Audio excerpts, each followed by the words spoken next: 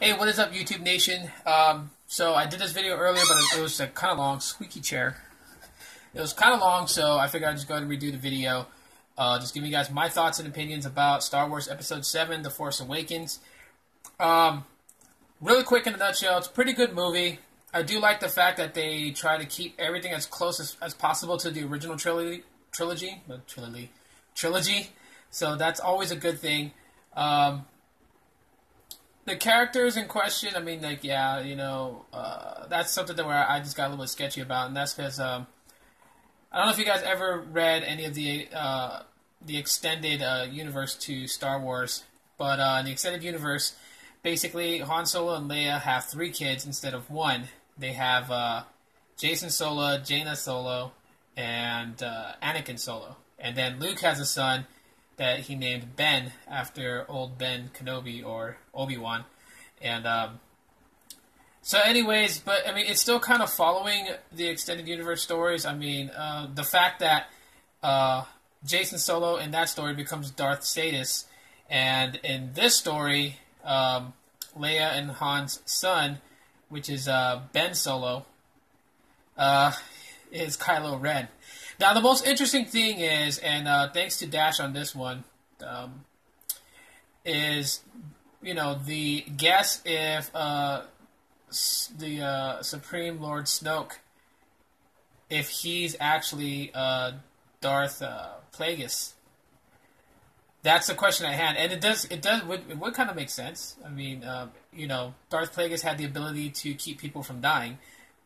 And does that mean that, he was able to resurrect himself, where Darth Sidious or Emperor Palpatine believed that he had killed his master, may not have killed his master, and that's what this conflict is about. It's pretty interesting, and it gets pretty exciting that I want to figure out what's going on. Can't wait till 2017 for Episode VIII. But we do know that Kylo Ren did kill his dad. I guess that was like his way of transitioning deeply into the dark side, because Kylo Ren has the ability to use both light and dark. He is not fully into the dark side yet. And yes, he is one of the Knights of Ren. I don't know where people think that his name is Kylo Ren. Ren is a title, the same as Darth is a title. So his name is Kylo Ren, but his true name is Ben Solo. And we do get to see Leia. She's General Leia of the Resistance Army. And Han Solo, because of the fact that Ben had left the family and went to the dark side after his training with his uncle Luke, and what they don't really mention too much is that Kylo Ren did kill off the new Jedi Order, leaving Luke Skywalker alone again, and Luke is in hiding, because that's what this movie's about, is basically just finding the last key piece to a map that would lead them to the whereabouts of Luke Skywalker and what planet he is hiding on. The character Rey is Force sensitive, and she is just discovering that she can use the Force, as she actually does at one point where she reads Kylo Ren's mind and figures out that Kylo has a fear of not being as strong as his grandfather, Darth Vader. So Finn, being a stormtrooper who was abducted when he was a child, just like many of the other stormtroopers. So no, these are not the same clone stormtroopers. These are children who were abducted when they were young and brainwashed for the First Order Army, and basically just taught to have like no feeling or whatever.